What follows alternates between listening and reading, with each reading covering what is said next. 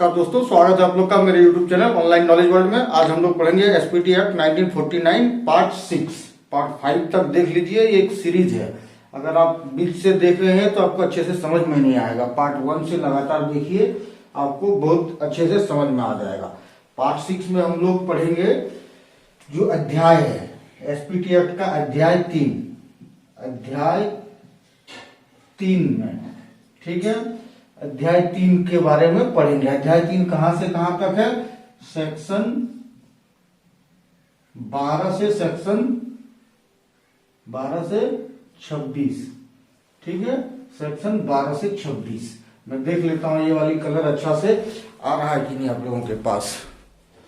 हाँ, आ रहा है। चलिए, सेक्शन 12 से 26 अध्याय 3 में क्या है? रैयत है, रैयत, ठीक है। कैसे याद रखेगा? देखते ही कैसे याद आ जाएगा कि रैयत पार्ट 3 में। एक इस हिसाब से पार्ट 2 में क्या था? मूल रैयत।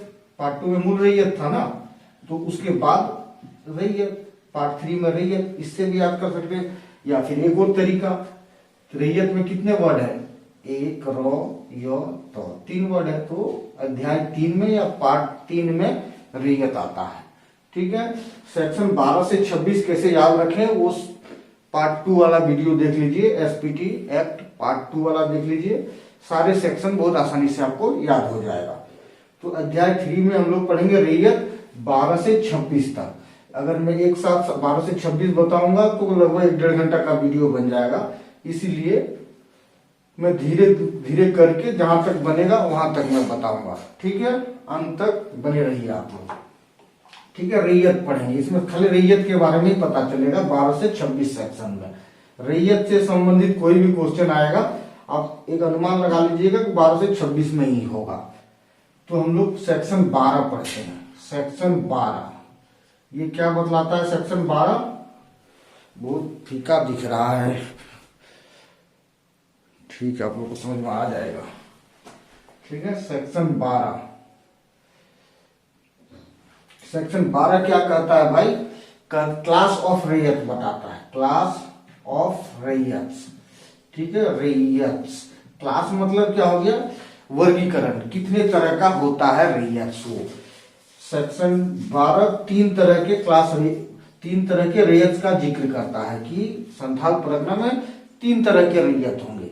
एक को कहते हैं रेसिडेंशियल जमाबंदी रैयत, ठीक है, या रेसिडेंट। एक को कहते हैं रेसिडेंट जमाबंदी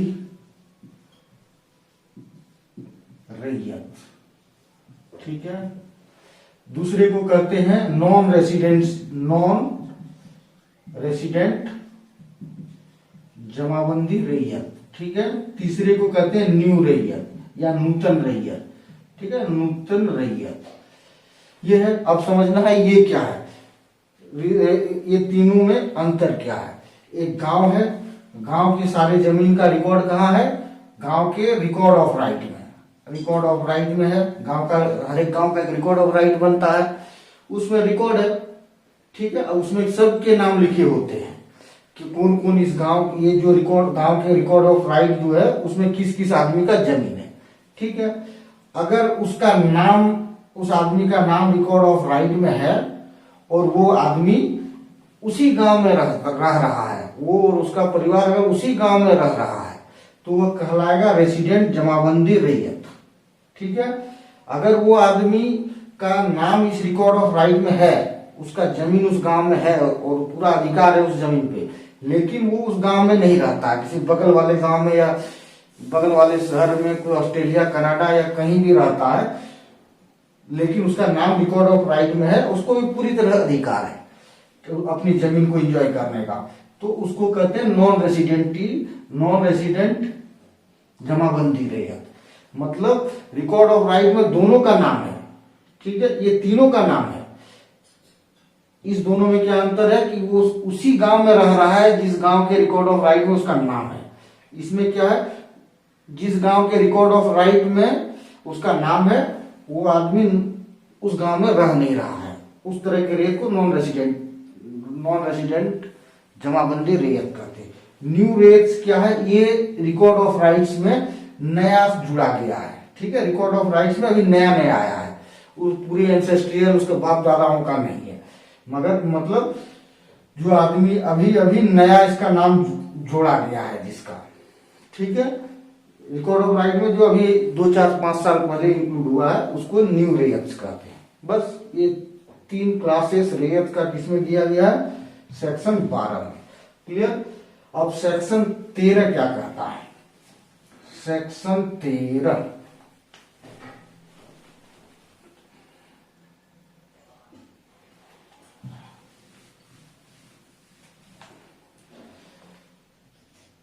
सेक्शन 13 देखिए क्या कहता है। ये क्या कहता है, राइट्स ऑफ रेयत। रेयत हो गया, उसका क्या क्या अधिकार होगा। 3 तरह के रेयत है ना, तीनों का क्या क्या अधिकार होगा। कोई अंतर नहीं है, इन जो जमीन इंजॉय करने में मामूली सा अंतर है, वो चलते चलते आपको पता चलेगा तीनों रेयतों में, ठीक है। अभी जो पढ़ेंगे कॉमन तीनों रेयतों का अधिकार, ठीक है। इसको लिख सकते हैं इंग्लिश में, right of ryots, right of ryot in respect of use of land, use of land. Hindi में इसको लिख सकते हैं रेयत का अधिकार जमीन को यूज करने के मापदंड में, ठीक है। राइट मतलब जमीन को यूज करने के मामले में एक रेयत का क्या राइट है, ये तो आपको पता है। लैंडलॉर्ड सबसे ऊपर होता है, उसके बीच में मूल रेयत या विलेज हेडमैन या मूल रेयत होता है, और रेयत नीचे होता है बेचारा, ठीक है। तो ये 3 टायर होता है, ये सिस्टम जो है 3 टायर है। तो अब देखिएगा ये रेयत, इस रेयत का क्या अधिकार है, ये मैं पहले बता चुका हूं। इस रेयत का क्या अधिकार है जमीन को यूज करने में, क्योंकि इसके ऊपर विलेज हेडमैन है, इसके ऊपर लैंडलॉर्ड है, इन लोगों को सामंजस्य बना के ही चलेगा। तो क्या क्या अधिकार है, ये किसमें लिखा है, सेक्शन 13 में। सेक्शन 13 सिंपली कहता है रेयत का अधिकार, ठीक है। रेयत का अधिकार उस जमीन को यूज करने के लिए, यही है। तो क्या क्या अधिकार दिया गया है इसको, ठीक है। 1 नंबर, एनी मैनर मतलब किसी भी विधि, एनी मैनर किसी भी विधि, any manner by local usage and custom, ठीक है। देखिए एनी मैनर किसी भी तरीके से उस जमीन का यूज कर सकता है, अकॉर्डिंग टू मतलब इस लोकल यूसेज और कस्टम, वहां पे जो कस्टम चल रहा है उसके आधार पर वो किसी भी तरह से कर सकता है। इसमें इससे पूछने का जरूरत नहीं, इससे पूछने का जरूरत नहीं, किसी का कोई सहमति लेने का जरूरत नहीं, और इसका अल्टीमेट राइट है इसका।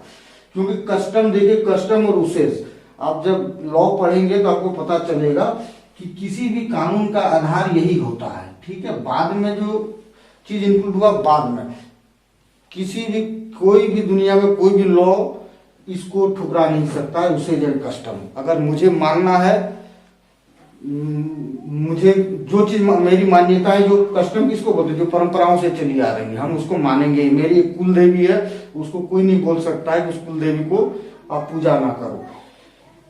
यूसेज मतलब यूसेज में जनरल यूज में होता है, जनरल यूज जो परंपराओं से चली आई है, तो किसी भी तरीके से यूज कर सकता है वो रेयत, अगर वो लोकल यूसेज एंड कस्टम में, मतलब लोकल यूसेज मतलब व्यवहारिक, जो जनरली लोग व्यवहार में लाता है जिस काम को, और कस्टम जो परंपरा से चलाया है, एनी मैनर यूज करता है। चाहे कुछ भी हो, जमीन फट बर्बाद हो जाए, टूट जाए, ये कर जाए, वो ये फॉलो कर सकता है। जमीन बंजर हो जाए या जमीन खराब हो जाए या जमीन कुछ भी हो जाए, लेकिन यूसेज एंड कस्टम को आप रोक नहीं सकता है, ठीक। एनी मैनर, जैसे मैं एग्जांपल दे देता हूं कस्टम का। जैसे किसी की जमीन है, जमीन के ऊपर ये कानून है, अगर वो उस जमीन में मंडप बना के पूजा करना चाहता है तो कर सकता है।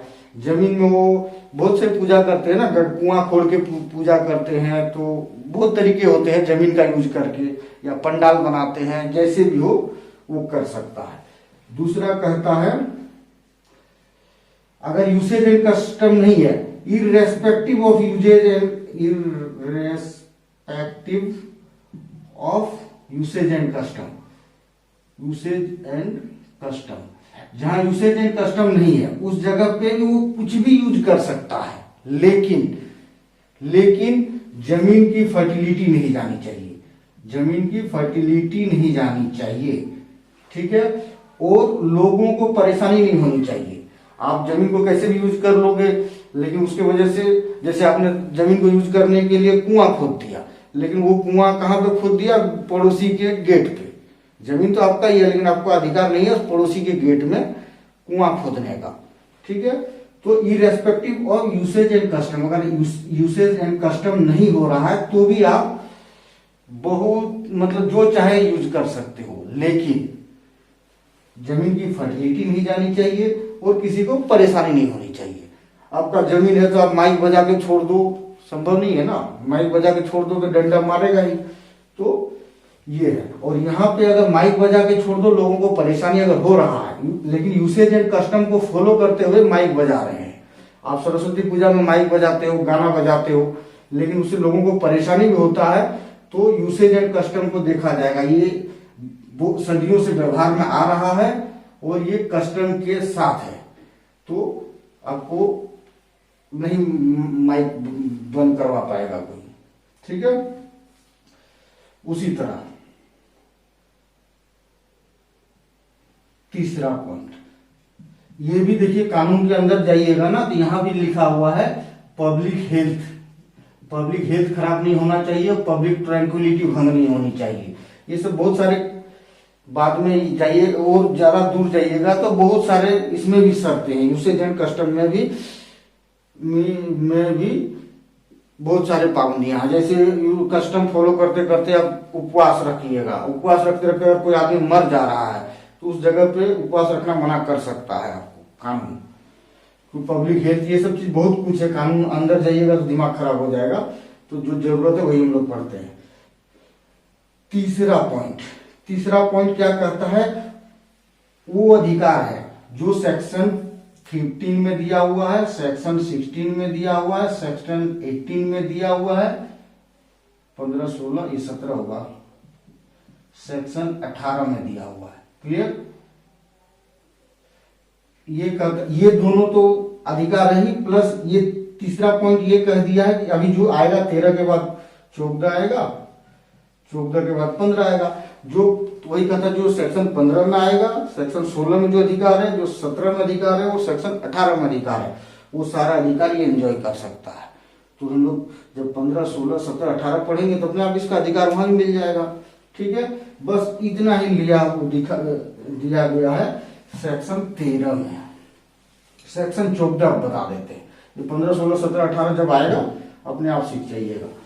सेक्शन 14 क्या कहना चाहता है,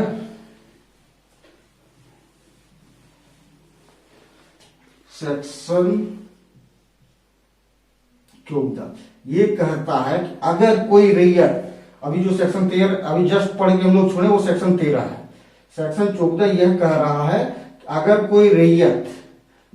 कोई रैयत सेक्शन 13 के अनुसार काम नहीं कर रहा है, 13 के अनुसार काम नहीं किया, जो उसका अधिकार है सेक्शन 13 में, जो उसको राइट दिया गया है, उससे बाहर जाके काम कर रहा है अगर रैयत, उस समय क्या होगा, उस समय क्या लैंडलॉर्ड या विलेज हेडमैन क्या इसको इजेक्ट कर सकता है रैयत को। इसके ऊपर भी दो है ना, विलेज हेडमैन या मूल रैयत। तो यही कह रहा है कि अगर रैयत सेक्शन 13 के अनुसार काम नहीं कर रहा है तो उस समय क्या होगा, फट से आदमी बोल देगा कि उसको रैयत के अधिकार से खत्म कर दिया जाएगा। हाँ, खत्म कर दिया जाएगा, उसको रैयत के अधिकार उसका छीन लिया जाएगा, लेकिन शर्त क्या है, लैंडलॉर्ड नहीं छीन सकता, ये लैंडलॉर्ड उसका अधिकार छीन नहीं सकता, ठीक है। अगर वो सेक्शन 13 के अनुसार काम नहीं कर रहा है तो लैंडलॉर्ड रैयत का अधिकार नहीं छीन सकता, ठीक है। लेकिन अगर छीनना भी है, अगर रैयत का अधिकार छीनना भी है तो कैसे छीना जाएगा? डीसी जब, डिप्टी कमिश्नर जब ऑर्डर ऑफ इजेक्शन पास करेगा, order of ejection order of ejection मतलब हो गया बाहर निकालना, रैयती अधिकार से बाहर निकालना, किसी भी अधिकार से आपको इजेक्ट करना, बाहर निकालना को इजेक्शन कहते हैं। तो सेक्शन 14 सिंपल ही है, यही कह रहा है कि अगर रैयत सेक्शन 13 को के अनुसार काम नहीं कर रहा है तो उसका रैयत का जो अधिकार है उसको छीना जा सकता है, लेकिन डायरेक्ट लैंडलॉर्ड नहीं छीन सकता है, विलेज हेडमैन नहीं छीन सकता है। अगर उसका अधिकार छीना भी जा सकता है तो जब तक डीसी के द्वारा ऑर्डर ऑफ इजेक्शन, हिंदी में से क्या कहते हैं, बाहर निकालने का जो आदेश आएगा डीसी की तरफ से, लिखित आदेश आता है, ऑर्डर ऑफ इजेक्शन के तहत ही बाहर निकाल सकते हैं, ठीक है। वो डीसी पास करेगा, बस यही है। सेक्शन 15 अब आ गया। सेक्शन 15 सेक्शन 13 से रिलेटेड है। सेक्शन 15 क्या कहता है भाई? सेक्शन 15 ही कहता है कि राइट ऑफ रैयत, राइट ऑफ रैयत, रैयत का अधिकार। ये तो रैयत के अधिकार से ही है सेक्शन 15 को, सेक्शन 13 में ही लिखा हुआ था उसका तीसरा पॉइंट में 15, 16, 17, 18 के अनुसार जो यूज कर सकता है। Right of ryot to manufacture BRICS, ईटा बना सकता है अपनी जमीन पे, एंड टाइल्स। पहले टाइल्स खपड़ा होता था ना, एक खपड़ा ऐसे वाला होता था, एक टाइल होता था, एक खपड़ा होता था। आजकल कोई यूज नहीं कर रहा है। जब से प्रधानमंत्री आवास योजना आ गया है उसके बाद से ब्रिक्स टाइल्स अब म्यूजियम में रखा जाएगा, उसको झारखंडी कला बोल के दिखाया जाएगा 100 साल बाद स्टूडेंट्स को। Rights of ryot to manufacture bricks and tiles कहता है कोई भी आदमी अपनी जमीन पे ब्रिक्स एंड टाइल्स बना सकता है, ठीक है। ये अधिकार दिया गया है किसको? रैयत को। लेकिन कैसे, किस पर्पस के लिए? Agriculture purpose and domestic purpose, दो ही पर्पस, ठीक है। मतलब एग्रीकल्चर खेती के लिए अगर बना सकते हो, घरेलू यूज के लिए, अपना घर रहने के लिए, घर बनाने के लिए, किसके लिए? खुद के लिए, रैयत अपने परिवार के लिए भी। लेकिन यहाँ पे याद रखिए, अगर एग्रीकल्चर एंड डोमेस्टिक पर्पस से यूज कर रहे हो तो कोई रेंट, कोई लगान या कोई रॉयल्टी सरकार लैंडलॉर्ड को देने की जरूरत नहीं है। आपका अधिकार है कि आप टाइल बनाओ, घर बनाओ, एग्रीकल्चर और डोमेस्टिक पर्पस से। ये नहीं कि बिजनेस पर्पस, बिजनेस पर्पस नहीं, बिजनेस पर्पस पे नहीं। बिजनेस पर्पस करेंगे रेंट देना पड़ेगा सरकार को, ठीक है, लैंडलॉर्ड को रेंट देना पड़ेगा आपको लगा। बिजनेस पर्पस नहीं, दो ही पर्पस के लिए, ठीक है। आप ऐसा थोड़े ना है जमीन है किसी और का है और आप उसका जमीन अगर पूरी तरह से ये बना रहे हो, अगर आप ईंट बना रहे हो तो क्या हो, किसी न किसी तरह जमीन को बंजर बना ही रहे हो, क्योंकि ऊपर वाली परत से उपजाऊ होती है। तो एग्रीकल्चर एंड डोमेस्टिक पर्पस से आप बना सकते हो, ठीक है। यही कहना है। इसके लिए, इस चीज के लिए आपको विलेज हेडमैन या लैंडलॉर्ड से कोई परमिशन रैयत को लेने की जरूरत नहीं है, ठीक है। और कोई रेंट भी नहीं देना पड़ेगा, रेंट बोले तो लगा, बिजनेस पर्पस है तो सबको पता है कि इसमें रेंट लगता है। अब आते हैं सेक्शन 16। सेक्शन 16 क्या कहता है? कुछ नहीं कर, सेक्शन 16 इसको हम 16 बना देते हैं। Right of ryot to make बांध, बांध मतलब बड़ा बांध हो गया, पोखर, तालाब, क्या क्या बोलते हैं, तालाब, कैनल, नहर बना सकता है। जितना भी पानी रखने का जो भी चीज है वो कंस्ट्रक्ट कर सकता है। किसके लिए? रैयत खुद के लिए और अपने परिवार के लिए। किस लिए? Same domestic purpose and agriculture purpose. क्योंकि अगर बांध आपने बनाया, तालाब बनाया, पोखरा बनाया, ये सब चीज जितने चीज बनाए उसमें मछली पालेंगे आप, तो मछली भी एग्रीकल्चर का ही एक हिस्सा है, उसका भी एग्रीकल्चर पर्पस और डोमेस्टिक खाने का भी हिस्सा है, इस पर्पस से, ठीक है। आप तालाब बांध खुदवा सकते हो। तालाब बांध आप अगर खुदवा रहे हो तो कहीं ना कहीं फर्टिलिटी गया ही, उसमें तब ये बंजर ही हो गया जमीन, उसमें तब पानी है, उसमें खेती थोड़ी ना होगा। तो ये कर सकते हो, ठीक है। और इसमें कोई टैक्स भी नहीं देना पड़ेगा। लेकिन वही बिजनेस पर्पज से आप मछली ये करके और मछली बेचना शुरू करो, एक बहुत बड़ा मछली व्यापारी बन जाओ, तब तो देना ही पड़ेगा रेंट, ठीक है।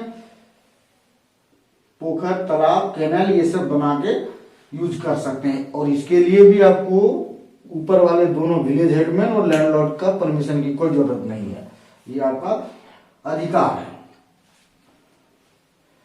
सेक्शन 17, सेक्शन 17 क्या कहता है भाई? सेक्शन 17 ही कहता है, कुछ नहीं है, right of ryot to plant, plant पेड़ लगा, ट्री लगा दो, ऑर्चार्ड लगा दो, ठीक है।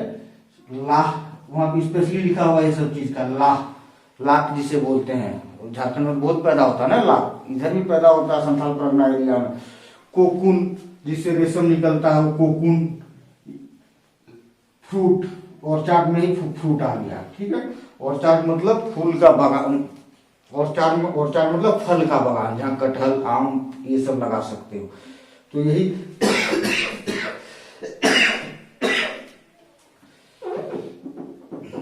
सेक्शन 17 यही कह रहा है, सेक्शन 17 यही कह रहा है, right to plant tree, orchard, lac, cocoon, मतलब किसके लिए? Domestic purpose and agriculture purpose, ना कि बिजनेस पर्पस। क्लियर? किसके लिए? खुद के लिए और अपने परिवार के लिए।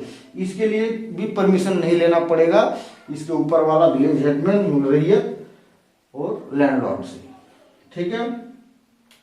और क्या कर सकता है? जो ट्री लगाएगा वो काट सकता है, उसका यूज कर सकता है, सब कुछ कर सकता है। लेकिन महुआ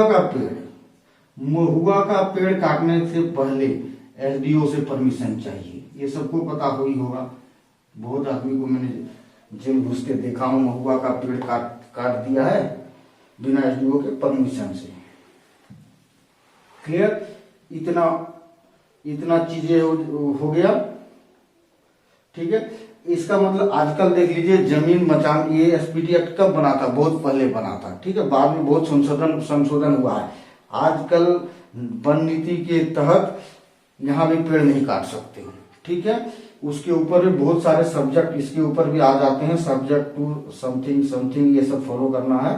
लेकिन जनरली आप याद रख सकते हो कि आप एक कटहल का पेड़ निकाल के, अगर किसी भी नियम को वायलेशन नहीं हो रहा, किसी कानून को वायलेशन नहीं हो रहा है, तो आप रेत काट सकता है। आजकल बहुत सारे टर्म्स एंड कंडीशन आ गए हैं। सेक्शन 18 क्या कहता है? कुछ नहीं कहता है सेक्शन 18, बहुत सीधा आदमी है सेक्शन 18। सेक्शन 18 यही कहता है, right of ryot to erect building,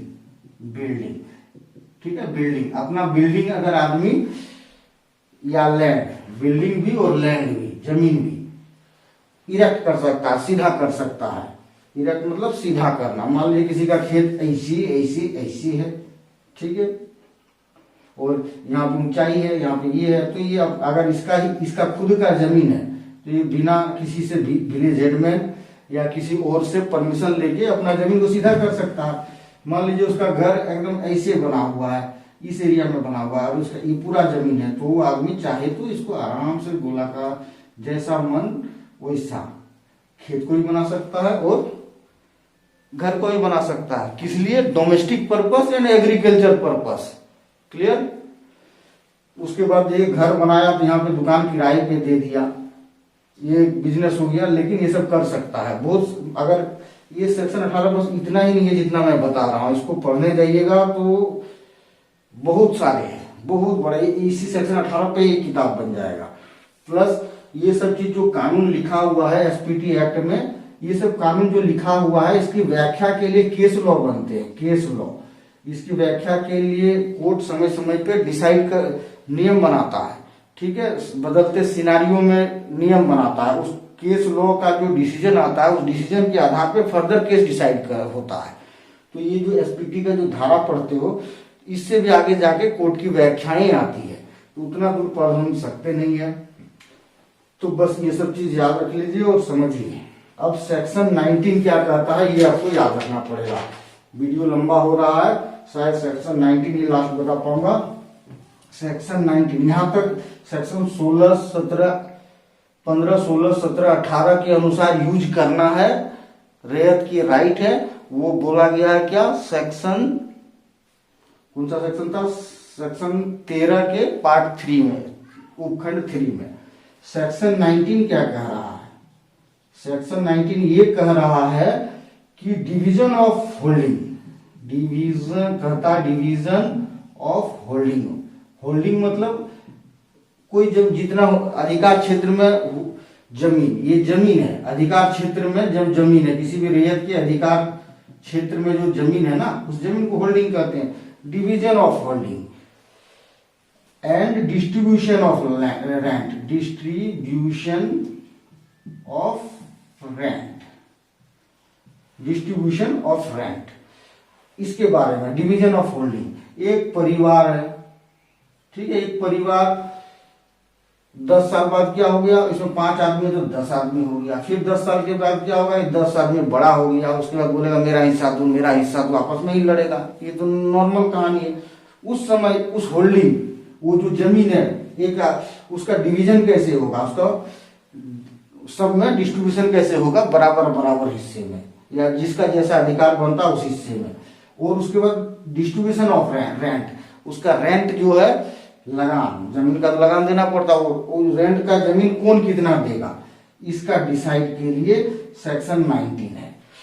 section 19 क्या कहता है कि ये जब ये लोग 10 गो आदमी लड़ाई झगड़ा करेगा तो कहां पर पहुंचेगा, कोर्ट पहुंचेगा। कोर्ट क्या बोलेगा, भाई तुम लोग का जो अधिकार है वो ले लो, अपना अपना बांट लो। कोर्ट एक ऑर्डर पास करेगा, ठीक है, कि हाँ बंटवारा हो जाना चाहिए, ठीक है। जिसका जो राइट है वो आदमी अगर तो क्या हो, उस ऑर्डर को लेके जाएगा डीसी के पास, डीसी के पास ही राइट है। डीसी उस जिसको जो राइट है, किसी का 1 बच्चा है तो उसको तो थोड़ा ज्यादा देगा, किसी का 5 बच्चा है तो उस 5 बच्चे में बट जाएगा, तो उसी हिसाब से डीसी डिस्ट्रीब्यूट करेगा उस होल्डिंग को, उस जमीन को। उसके बाद जिसका जितना जमीन है उसके हिसाब से किराया भी फिक्स कर दे, रेंट भी फिक्स कर देगा कि तुमको इतना लगान देना, तुमको इतना लगान देना है, बस यही चीज है और कुछ नहीं है। लेकिन ये होने से, ऑर्डर पास होने के बाद, मतलब ये बंटवारा करने के लिए लैंडलॉर्ड का भी कॉन्सेंट होना चाहिए, ठीक है, लैंडलॉर्ड का भी कॉन्सेंट होना चाहिए, ये इस एक्ट में कहा गया है, ठीक है। तो डीसी डिवीजन ऑफ होल्डिंग कराता है कब, कोर्ट के ऑर्डर के बाद, ठीक है। जिस दिन डिस्ट्रीब्यूशन होगा उस दिन सबको नोटिस दिया जाएगा कि भाई उस दिन फलना दिन यहाँ पे पहुंच जाओ, जिसका जो अधिकार है वो शो करो, डीसी सेटिस्फाइड हो जाएगा। डीसी तो जाता नहीं है, उसी का कोई ये जाता है, उसी का कोई रिप्रेजेंटेटिव जाएगा, वही जाके बंटवारा कर देगा, ठीक है। तो इतना ही सेक्शन 19 तक मैंने बता दिया। इसके बाद 26 तक है अध्याय 3, वो नेक्स्ट वीडियो में बताऊंगा। धन्यवाद दोस्तों।